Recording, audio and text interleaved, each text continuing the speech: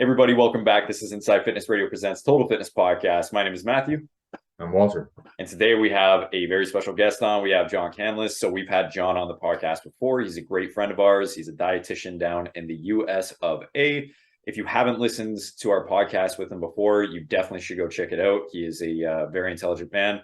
Definitely has some good discussion. So we brought him back for another kind of a roundtable discussion today.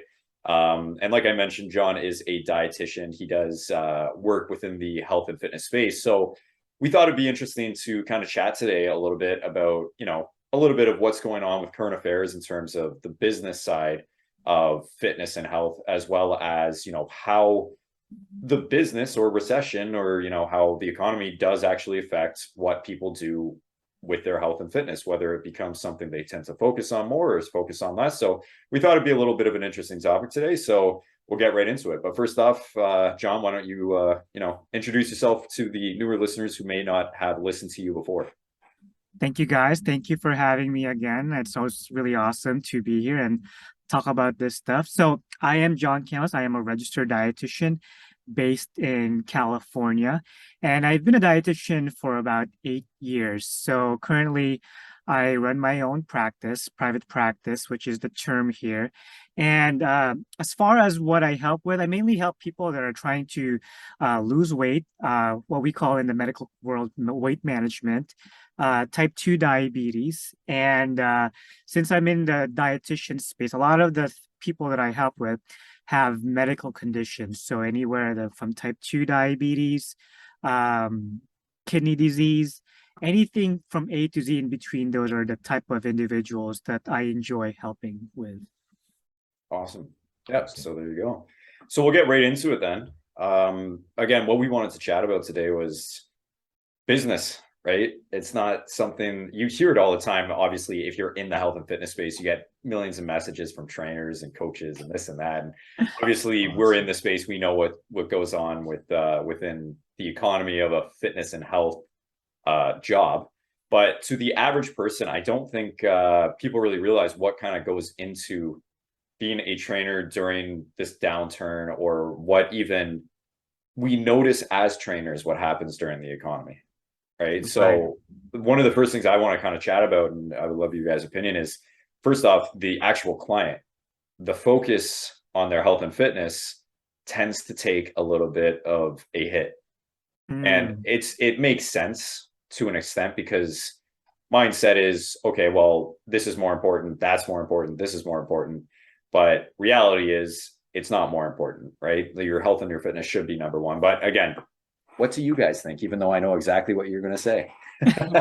Well, I like that what you said. I think you posted something either today or yesterday, something about shifting perspective or mindset. Yeah, that was that really like, okay, well, I'm like, this is a good segue into today's podcast, because logically, or like we could, like you and all of us think about, hey, health and fitness should be a priority, but not everyone thinks the same way. And one of the things I really learned is trying to shift someone's mind is really not as simple as we want to. Like we could tell them all the nutrition education and the benefits, but if there's something in their back of their mind, or something they're worrying about, and I experienced this firsthand. I noticed maybe like a month and a half ago, I noticed the client volume that I've been getting has been kind of like drastically cut down.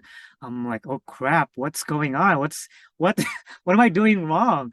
So I started kind of like talking to my other dietitian friends, and they all said, oh, don't worry about it. It's the start of the school season. So parents and people that have kids, nutrition and fitness is really not their priority at this moment. They're trying to get ready for their kids. They're trying to get ready for school. They're trying to get ready for other things other than health and fitness. I'm like, should I be worried? It's like, no, don't worry. It'll pick up and then it'll slow down again during Thanksgiving, which is November, and during holidays in December here, and it'll peak back up. And then that's what I think, okay, this might be a good topic because of the ups and downs in business. Obviously, as long as your trajectory goes up, there's always going to be like ups and downs in business. So that's what I thought about. Eventually, it's not going to be just going up linearly. There's always going to be like a spike. And just before this podcast, we talked about one of our business coaches having like a slowdown in their business, which is why they're probably inviting us back to their Facebook group. They're doing fitness coaching. They're trying to do many things just to spread their business, because they're trying to get more leads. So I thought about that. I thought it was really interesting how we were affected by the ups and downs of the economy. Mhm.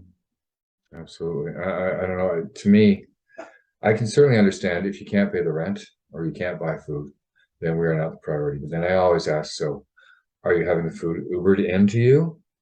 Like, how exactly are you buying the food? Because it seems to me that a lot of times I'll run into, uh, oh, it's times are so tough. I don't have any money for you, but I have money for this, this, and this, and the other thing. Oh, and by the way, I'm going to Europe next month. So, that then becomes, okay, well, how do we help them to realize the importance of their own health? And we can't always do that. That's not always going to happen. Yeah, that's a really interesting topic to change their mindset, because I had a client turn me down. She said, "No, I can't afford you now because I bought a Louis Vuitton bag for $2,000." I think I There you go. posted that in one of the Well, there's the priority.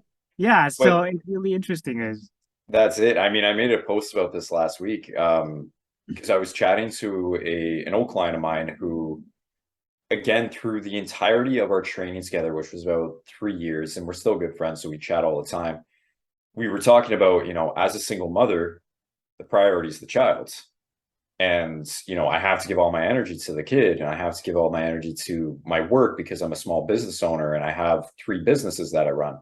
I mean, she's superwoman, let's be honest. But third on the list is the fitness. And there would be tons of times where it was like, if I did not have to show up to her house at 7 a.m. to train her, if it was like she had to come to me, she had to come to a gym, if it was online coaching or something like that, it wouldn't have happened. There would be a ton of times where she would have fallen off, would have canceled a session, slept through a session, all this sort of thing. I remember waking her up one time. I was standing outside her door, called her, and I was like, "Hey, are you up yet? We have a session like in a minute. Are you actually up?" Nonetheless, I mean, when you have these things, and this is kind of the interesting thing about, again, shifting perspective. If you're a parent, you're expected to focus all your time and energy on the kid. It's kind of society's, you're kind of shamed if you don't. Like, oh, you're going to go to the gym and not spend an hour extra with your child at night, but you were at work all day, or they were at school all day, and you could have gone during the day when you had a lunch break, or sure, maybe that's true, whatever. But if you're a good parent, let's be honest, how can you be a better parent? You survive, you live a healthy, energetic life, you lead by example. Being the parent that has no energy after work to play with the child, the parent that is eating Doritos and hot dogs and hamburgers every single night, not making time for themselves, not focusing on themselves, is going to project onto the child, not in the same way where I can go to Walter and I can say, "Walter, you're being a bad parent." And he's going to be like, "Oh, crap." Right? The child doesn't see it that way. The child grows up in this sense of, well, I have to give to other people. This is what my parents do, so I'm going to do that. And a child growing up, and there's a huge epidemic with obesity in children now and health issues in children now, higher estrogen in boys because of the crappy foods that we're eating. They're going through puberty a lot later. And, all these sort of things are happening because of the foods and the lifestyles that we're living. It's so easy to plop a kid down with an iPad and just say, "Here, do that." Right? That's fine. But the second you tell your friends, "Well, I plopped my kid down with an iPad so I can go to the gym," or better yet, "I took my kid to do like a kids class or whatever, so I could do a workout too," or "I left them at daycare an hour longer," that's when it's, how dare you be so selfish? Be selfish. Be selfish. Okay. I've got 2 things to say here. First of all all, right. I'm from a generation that was plugged in front of a TV set. So what's the difference? Fair. I mean, honestly, kids grow up, kids become who they need to be, and they will learn things. I don't mean leave them alone and they suddenly bloom, but you can take time away from them. And a happy parent is going to make a happy child. Yep. Also, who the hell is this friend and why are you listening to them? But no, but this I is mean, it. change their mindset. The amount of times I've spoken to my friend about this, and she has said the amount of shaming she gets, not necessarily from friends, but just online from other people when she's in the gym and she's a mom, or better yet, she posts a racier photograph of her, but she's a single mother. How dare you post that when you have a child? So what are you saying? And again, it all ties into this idea of being selfish, focusing on yourself first. And I think this is where we're starting the conversation off of, is when the economy downturns and maybe, it's not the focus anymore on yourself. That is the worst thing that you can honestly do for yourself, in my opinion. You need to be working on your physical health to stay healthy, because this is going to end. And what happens when it does end? Are you still going to be in shape? Or are you going to have to spend even more money, develop health problems, or whatever it might be? But let's realistically look at this. Fitness and exercise is one of the best mental health medicines, if you want to call it that you can do. If you're having a stressful day, you go to the gym and you feel a lot better, and you're able to organize your time better. You're able to deal with the issues at hand a little bit better. You're able to clearly think about what is going on in your life and figure out issues or problems, or figure out those problems and solve them a little bit easier.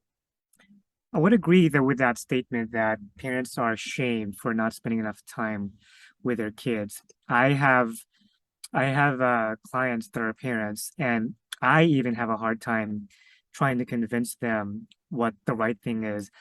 Because I tell them, maybe I'm doing it from a logical perspective that you're not abandoning your kids. You're not leaving them alone completely. You can leave them, you can take time off for that hour or two, or whatever that is, for a certain amount of time throughout the week and still be okay. Like it's not abandoning them. It's not mistreating them. There's a fine line with that. If you have these cases where you leave your kid every single time for hours and hours on end, then yeah, I can see where that might be something suspicious. But if it's something like an hour, 2 hours, a couple of times a week spread around for your health and fitness, I really don't see a problem with that. And a lot of parents have, at least here in the United States, we have this culture of parent shaming where you don't spend enough time with your kids. You have to spend a lot of time with them. And I don't really know. I really don't know how that works. I wish I could kind of go into a mother's head or a father's head, because I've heard that term before. Guilty. I feel guilty. And I know you guys have worked with parents. And how do you guys convince someone to take a mindset shift? Because it's kind of hard to crack. It takes a lot of work. Yeah. Just to quickly interject here before Walter starts, it took her almost 3 or 4 years of training and talking about this. And there's still times where she says to me, she's like, I still feel guilty a little bit. The son's getting older, times are changing, and she has shifted completely, but it's a lot of work. It takes a long 3 to 4 years. That's a long time, Matt. I mean, there's other things going on, obviously, but it varies person to person, right? Yeah, I agree that it does take a long time, because convincing someone that it's the right thing to do when everything around us tells us it's the opposite, it's an uphill battle, definitely. Especially when it's cultural too, right? Yeah. I think white Caucasian kids growing up, it's a little bit different. The culture, at least growing up with my parents and my friends who were white, it was a different thing. But I knew for a fact that all my Indian friends or my Asian friends, or whatever culture they grew up in, religious wise, or from different countries, there was a lot more family dynamic there. Food is a huge thing too, where it's, if families eat together, families celebrate, like, you have to eat this, you can't say no. Actually, one of the things with my grandmother, Italian grandmother, you need to finish off the plate and then you have to have more. Right? Yeah.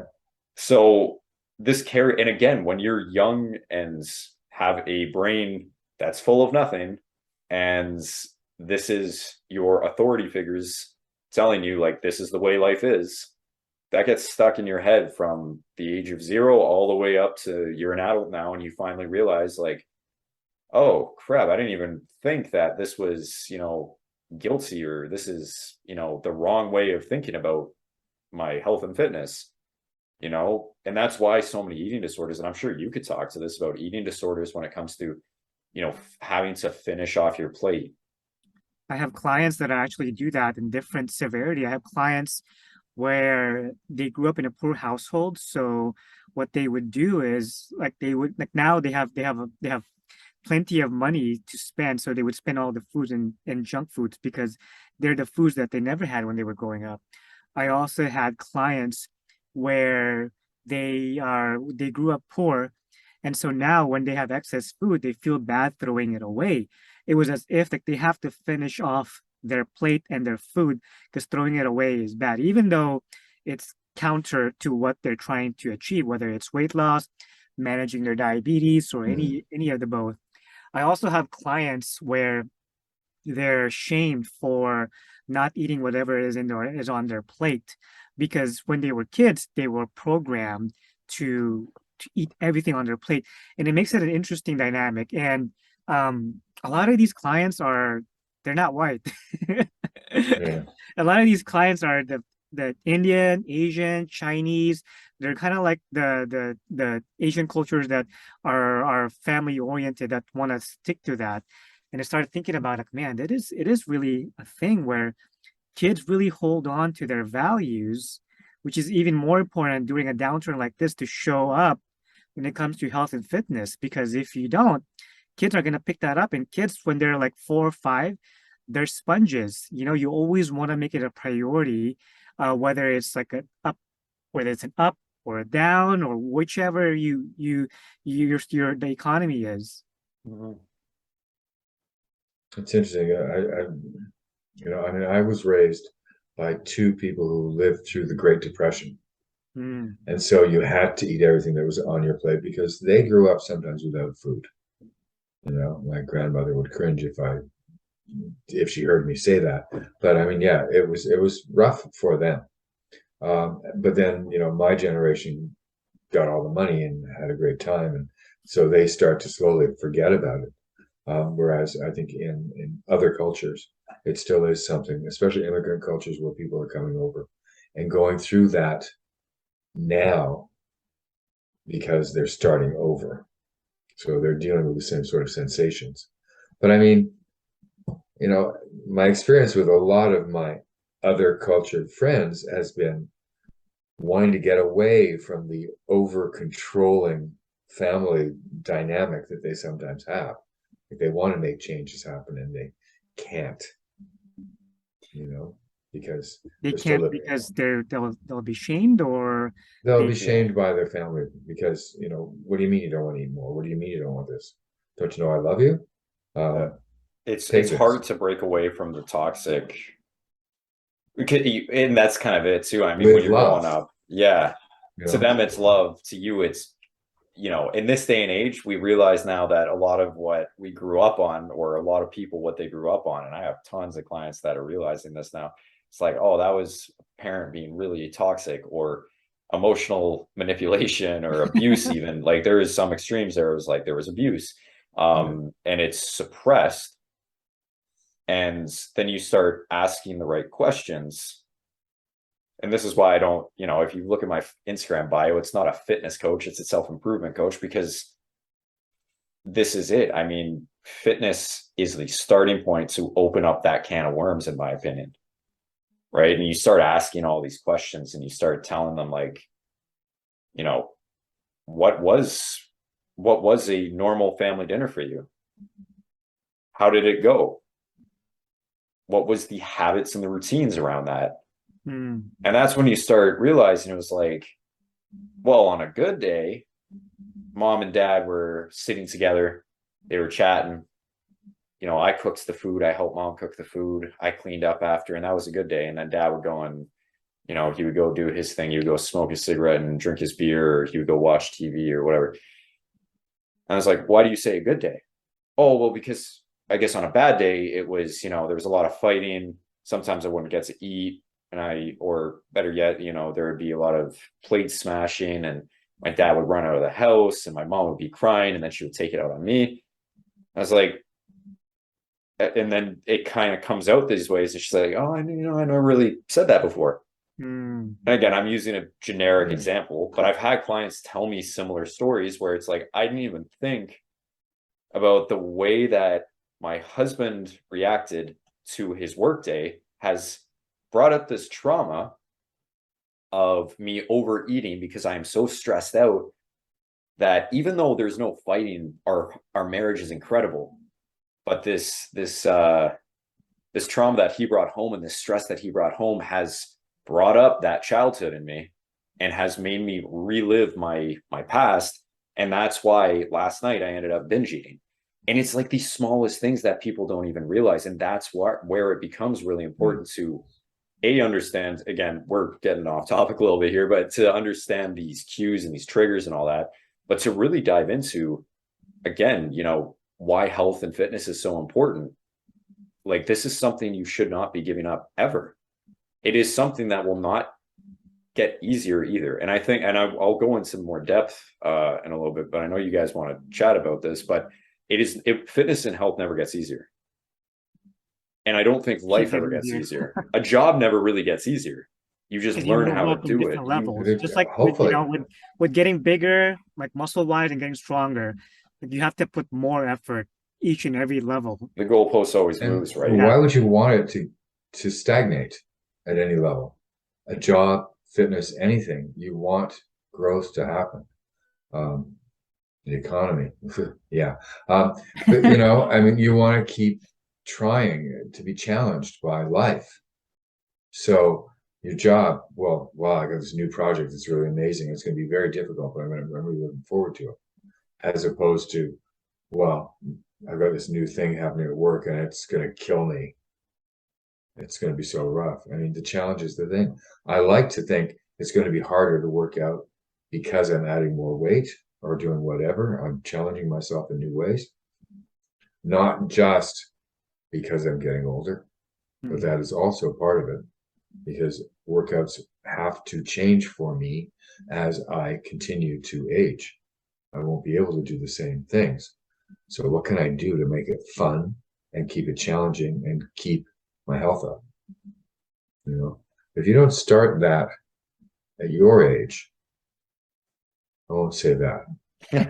The earlier, because I didn't, right? I started when I was in my 50s. But if you start, the earlier you start, the more joy you're going to get out of all of that.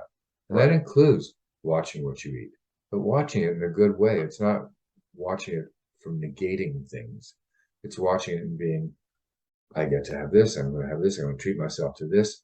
Wow, this salad was incredible with the protein and with everything else that I added into it. I learned a new thing, you know?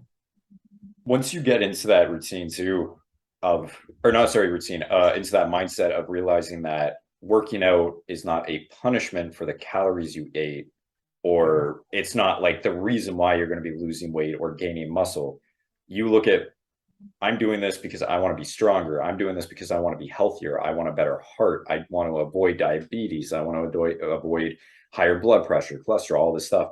That's what the workouts are for. Make it fun. It's actually one of the reasons why I'm doing the things that I'm doing.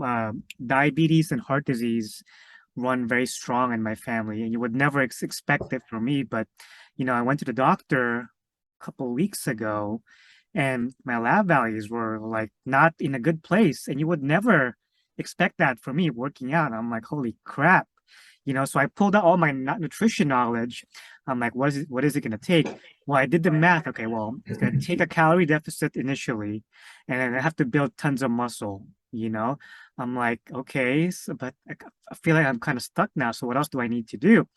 So I contacted my friend that's a dietitian, recommended like a physique coach specifically just to get as jacked as possible to kind of, you know, mitigate those health risk factors, the diabetes and heart disease, because it was getting up there for me, and you would never expect that from me, like working out and exercising, but I'm just going in an uphill battle, which is why fitness and health should not be like in a downturn economy, that should not be put last.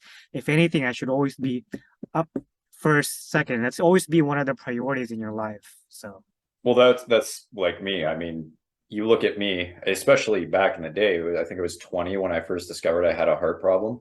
I think I was 22 when I had a minor heart attack. oh shit, you did. What? Well, there you go. You did? Yeah.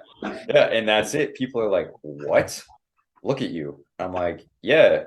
But again, genetic heart issue that I had no idea about. And I was only focusing on the weights, and my cardio was just doing walks on an incline or the elliptical, not like high intensity, which is what I do now, which I need to do. And obviously I was bodybuilding at the time. So gaining a bunch of weight, losing a bunch of fat, and putting myself through these crazy diets and all that wasn't helping Pretty either. jacked, man. Yeah. Right. So, but it wasn't helping that either. So it was like, okay, I want to live a decently long life. I would like to think, or I would hope so, knock on wood. How am I going to make sure that happens? Right. And I'll talk to people my age because I have experience obviously with friends, and I chat a lot with people my age. A lot of people my age just want to look good. The reason they're going to the gym is to attract a person to them, or to be able to overcome that childhood bully. Whoops. Calling them skinny or fat all the time. Right. It's mainly for that reasons, the aesthetic reasons. We don't really look at ourselves and be like, we're 20-ish, we're 25 now, I'm mid-20s, late 20s, getting into my early 30s. I'm not looking at health problems, because why would I? I'm indestructible. I bounce back. I mean, in the past year alone, I've had like 7 major injuries, and I just got another. I just tore my meniscus and I sprained my MCL. I saw that. I'm like, And bye boxing. and it's like, am I worried about it? No, because I know I'm going to bounce back. I'm going to do the proper rehab and all that stuff. That's one reason. The second reason is like, because I always bounce back. I'm indestructible, right? Now, if I was in my late 30s or something like that, that's when it's like, oh crap. I need to be, because I know for a fact my body would not be able to recover as well as it does now. But I have that foresight to realize that, whereas a lot of people in my age category tend to not worry about health and fitness in terms of actual health and fitness. And that is a huge problem, because this is where we build it up. So again, when we get to Walter's age, we can look as good as him and be, a tank when it comes to biking, swimming, running, You're the goal, Walter. right? You're the goal. Well, but I have another goal. He's 90 and he's a bodybuilder. That's my goal, right? Right. But I mean, that's the thing. You don't want to think in terms of short life. I mean, most of my clients are older and have reached the point where they're going like, holy shit, I got another 30 years. I better do something. I mean, barring some disease or a car accident or something, we're living longer. Do you want to live your life longer unable to do things, or do you want to live a longer life able to enjoy it? Like, I want to ride my bike till I'm 120. I don't care. That's my goal too, man. Right? Yeah. And that's where I get like mid-30 clients coming to me, and they're like, well, I went to bend over to pick up a pencil yesterday and I threw my back out, and I realized that I'm not recovering the same as I did when I was 20 and threw my back out. Or I'm making a lot of weird noises when I get out of bed in the morning. Or what's even worse is my dad was 57 or 60 or whatever, mid 50s, early 60s, had a heart attack and died because his lifestyle caught up to him. And I was like, oh my God, that's horrible. Yeah, he was totally fine. All of a sudden he just, had a heart attack one day. And that's how quick it can really happen too, because looking on the outside, and this is, again, we'll get into another topic one at a time, because we have talked about this before in a previous podcast, health at every size kind of thing. Metabolically, if your stomach is bigger than your chest size, and this is a very basic, sizing guide, but if your stomach is larger than your chest size, you are metabolically unhealthy. Now, a blood test may not show that. And so you have all these people that will be like, well, I'm healthy because, my blood tests are fine, my labs are fine, my heart's healthy for now. And that's the key word, for now. You're fine for now. What is going to happen in 5 years? Because a lot of issues can really almost seem like they develop overnight because you don't notice it developing slowly and slowly and slowly until, and Walter, yeah. So last week, John, I went to the eye doctor and was told that I have cataracts that have to be removed. Oh, And there are two kinds of cataracts, the fast developing ones and the slow developing ones. So I have the fast developing ones. oh, About 3 months ago, I started to take my glasses off and clean them all the time, and they never got any cleaner. And it always seemed that they were kind of smudged.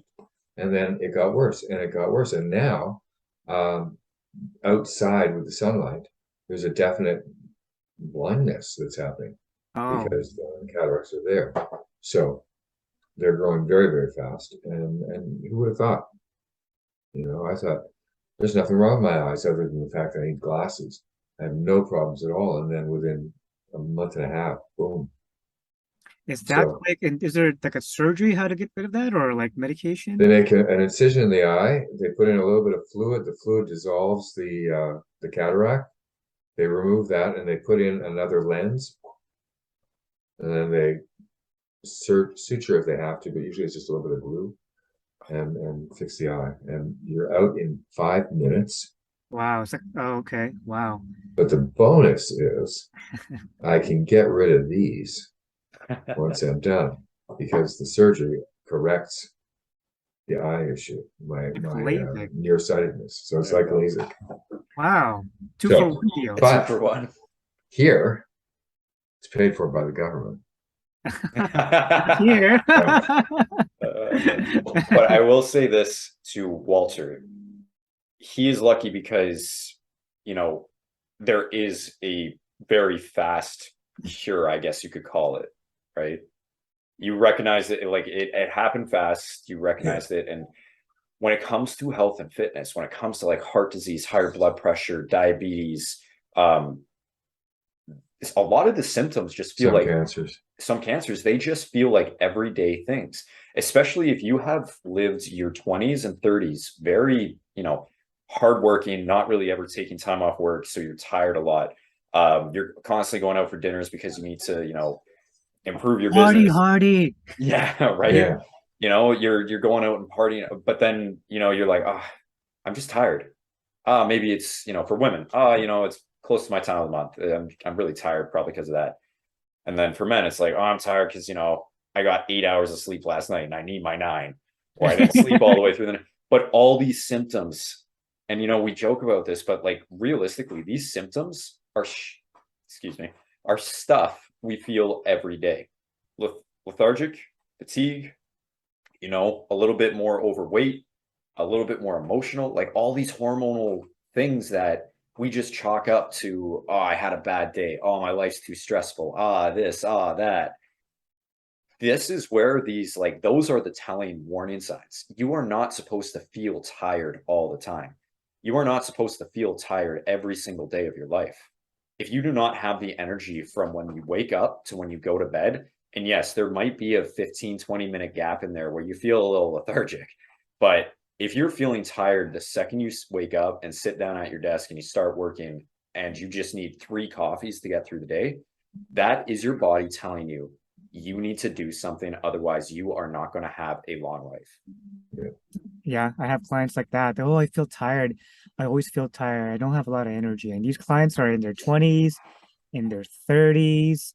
And oh, I just want to work. I just work and I come from home and I'm tired, or I have my kids, but at the end of the day, I'm tired.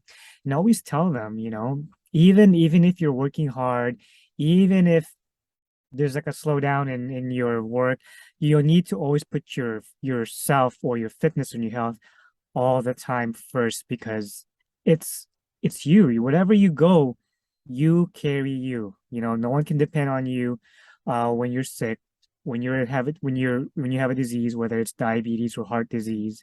No one can be dependent on you as much. So I try to emphasize that. Sometimes it works, sometimes it doesn't, and working on them, and sometimes I only work with them for a couple of months, and sometimes they work, sometimes I get through them, sometimes I don't, which is like the frustrating part. And I feel bad because I can't make that change, but you always want to like change them, like just shake them like this, go like this. Yeah. Yeah. No, and that's Might not be a good idea. I know. But yeah, I know. And I mean, you can't break down a life of being taught to think a certain way because of family, because of whatever other reasons, immediately just by saying, okay, yeah, change this, this, and this. It ain't gonna happen. It's I got to wish be it the was. slow change, and we've got to work through that. And some people won't make it. Listen, I work with addicts and I work with drunks getting sober, getting clean. And you can go through like a year of your life improving, and then bang, one bad day, and you're back out on the street again. You Mm, know? So we're worried about people not eating properly or exercising properly, but there are other people who are dying because they can't stay clean. So um, changing a human's mind is a huge endeavor on our part. it's All we can incredibly do is hard. keep trying, Yeah. work at it, work at it, work at it. All right. Well, you convinced me now, Older. I'm gonna just keep at it with my clients. Well, that's it, gently, gently. You can't be like, "Rrr," but all we can do is try, and there will be those we succeed with and those we don't succeed with. That's their journey. And I mean, Yeah. we all got into this for a specific reason. And I'm very certain it's similar to the reason I got into this. I wanted to help people experience a better life. Yeah. Fitness gives you a better life. Because if you are not fit and shit goes sideways, let's be honest, it goes really sideways. So Yeah. at least you do have these, escapes. You have this anchor in your life that is allowing you to, build from. And that's what I want to show to people. And I'm sure you guys feel the same way. So Mm. that's all we can do. Sometimes it's not us. It's just we can't help somebody who doesn't want to be helped sometimes, right? Yeah. And as much as I do want to spend time and help them, I know that my resource and my knowledge is better suited to somebody who is realizing, oh crap, I do need help. Yeah. And that's, sometimes it is a little depressing because we do want to help everybody, but it's like, okay, well, you know what? Sorry, John, I can't help you. Dang it. Yeah, I'm going to help Walter instead. He actually wants this. So, and that's where it comes down to, right? And it's just the way it is.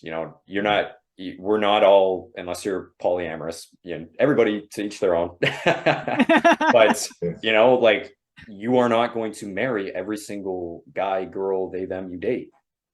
You're not. You're going to marry the one person that you're like, wow, that's the right one. They said the right things. They made me feel real good. Right. And fitness and health can kind of be the same way, whether it be with a trainer, a coach, or whatever, but also with what you're doing in the gym, the diet that you choose to follow, the way you are exposed to it. Because again, I mean, you can get into fitness in a very abusive way to yourself, or you could have an abusive coach. Look at all these gymnastics and hockey players and really Well, abusive coaches. look at the Right. hockey situation today.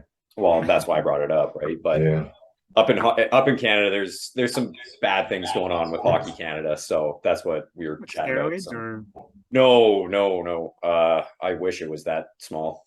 it's No, much it's bigger. it's sexual assault allegations and Oh, I Yeah. see. years of money going into protecting a lot of these players for bad things that Wow. they did. So Wow, Yeah. that is bad then. very bad. But again, you're brought up in this culture of, I can get away with this because of this, or, sometimes it's like I have a really abusive coach in the sense of, emotional abuse. Like, you're a piece of shit if you can't do this, if you can't score 2 goals a game, or you can't, Boxing Canada, just speaking of, Boxing Canada just went through something, allowing fighters to fight with concussions.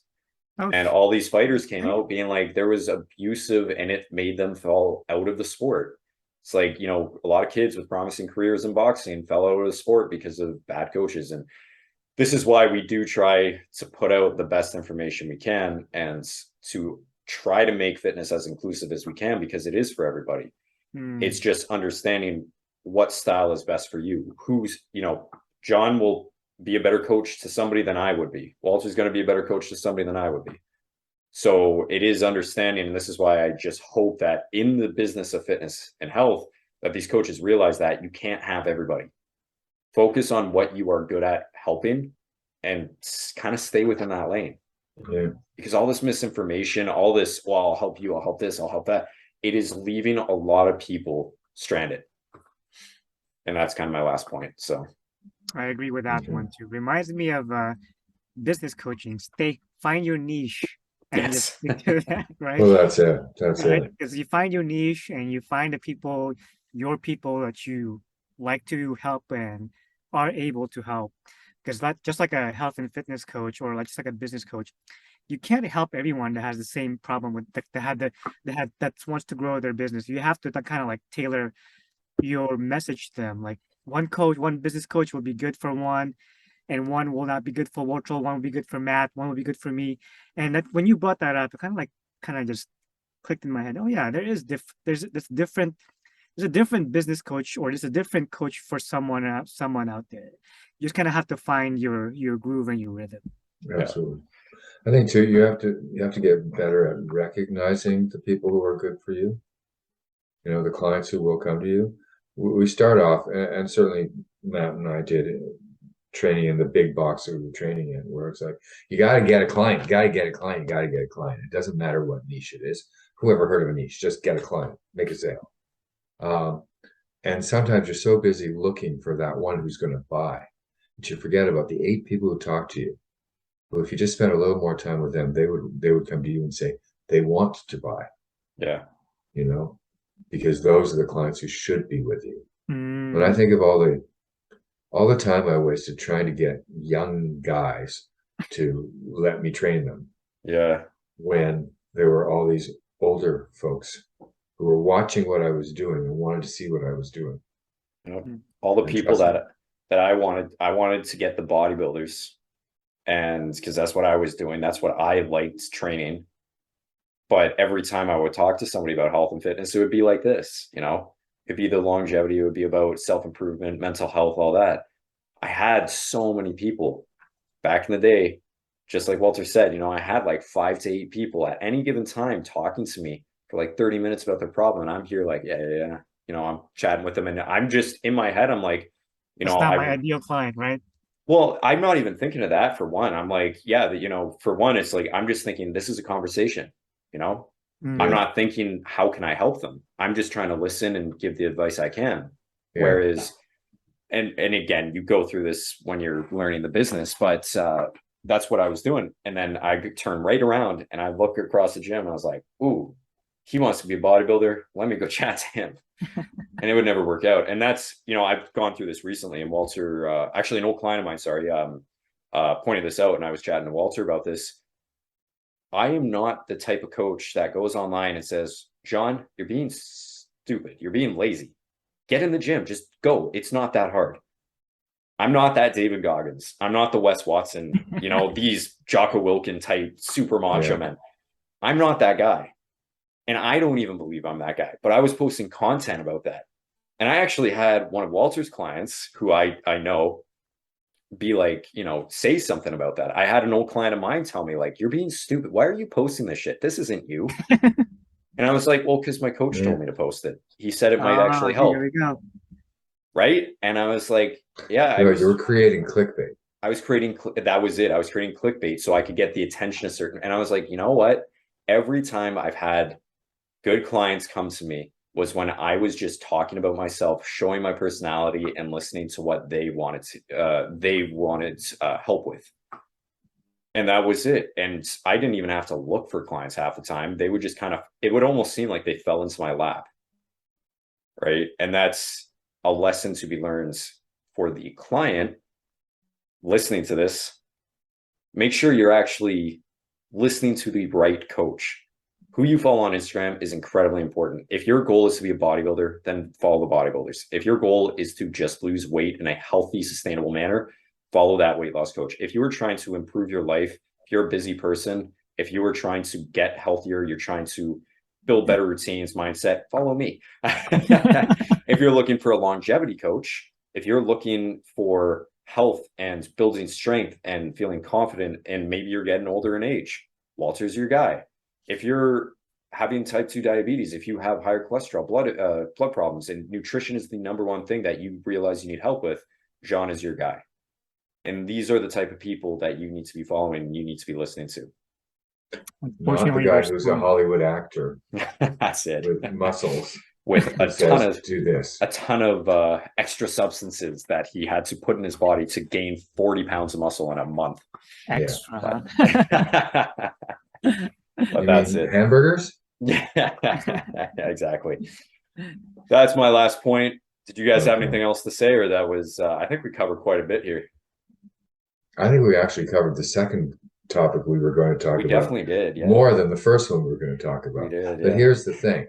If you keep your eyes open and you listen and you just do a really good job, you will be able to withstand the ups and downs of the economy. I firmly believe that the universe will feed us the clients that we need to have. They will show up when they need them, when we need them. In the meantime, keep yourself busy, do other things, keep your eyes open for clients, and just carry on with your life. Because it's I like not that all advice. Make more money, make more money, make more money. I actually like that advice because I've done some reflecting, and in our other Facebook or other business group, coaching group, when we were all together, I surveyed people that are still doing the business coaching. And when I counted the number of people that are still doing the business coaching or the online coaching or fitness coaching, what surprised me was that less than half were still doing it. You know, in our cohort, with the business coach, less than half were doing it, and what really resonated with me. What you just said is that just keep yourself busy and just keep your eye on the clients that may need your help, and just keep at it, because someone has told me, you know, because if someone has told me to just keep going, I would never believe them, because sometimes you have your self-doubt, you know, doubting yourself, and eventually you'll give up. And I see a lot of the people that we work with, about half of them gave up already. And I'm like, holy shit. I saw a lot that actually like changed industries. Like change industries, like different niche or different? No, changed industries out of fitness and health.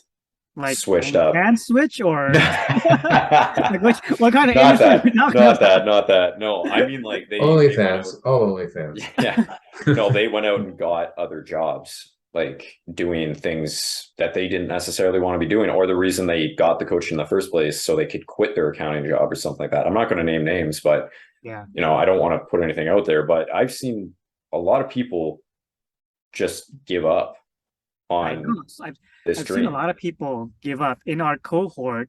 I've seen, when I did the math, it's around 40 to 50%. Yeah. And it's sad too, because I mean, for one, it's the dream to do this, and they were doing a great job. But yeah, when these times get tough, they get tough. I mean, that's the point of being a business owner. But is it the dream?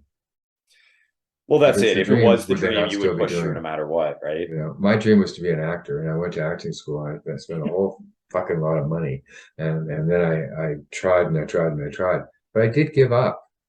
I did give up. So did I really want it that badly? Was it really my dream? Yeah. You know, my dream now is to do what I'm doing, but it's evolved. It was to be the busy trainer all the time, and now my writing career has taken off, and I really want to see how many people I can help with that side of the business as well. I could argue that you're still in the same industry, though. True. So I think that's what my point, the difference with that was. But you make a great point. I mean, there is definitely, you do evolve through the years. You change perspective. Again, we chatted about this earlier, but you do switch perspective and change perspective. I'll make another point. I was involved with several multi-level marketing companies in my lifetime. And you start off and you believe the hype. And I, in some cases, I think actually it is a good business model for the right person who's got the stick-to-itiveness and the drive to be able to do it if the product is good. It has to be a good product. But how many people do I know who got involved? And after about a year, they weren't doing it anymore because the constant no, no, no, no, no thanks. No, oh my God, it's so-and-so, run the other way, drove them out of that business. Now, put yourself in you're trying to be a coach and you're doing all this stuff and you're DMing people like mad and you're trying to make contact and you're getting no, no, no, no, no. Maybe you quit Yeah. because it's just too hard to hear those words all the time. It's hard to keep going when 99% of the time all you hear is rejection. So Yeah, I understand why people quit, because this is a long yeah. game. It's a long-term game, So Yeah. There you go. Just to clarify, because he is drinking out of a beer glass, it looks like. That's not beer. That's a fizz drink. It actually is a beer glass in that bizarre. I'm like, the sober man is not drinking a beer. Just putting that out no, there. it's actually Tang. There you go. Um, But No, I haven't had a drink in 32 years, so yeah, wow, that's amazing. yeah. Well, but I mean, we've gone Yes, on yeah. for about an hour here, so I think a good time to call it would be now. But we just enjoy talking. well, that's it. That's the problem. We can just keep talking for hours. But as always, I mean, John, we always want you back on with you always bring great insight and great Yeah. topics. So that's basically it for today, guys. If you did enjoy John, please let us know. If you hated him, let us know more so we can kick him off the show. Joking. But if you want to hear more from John, I mean, because we do, if you guys have topics that you want all three of us to cover, we'd be more than happy to hear those suggestions. You know where to find us. You can find us right below here, and John is right beside his name. You can find him online there. And again, guys, if you do have any questions for both Walter, myself, or John, feel free to DM us. Stay safe. Stay breezy. Take care.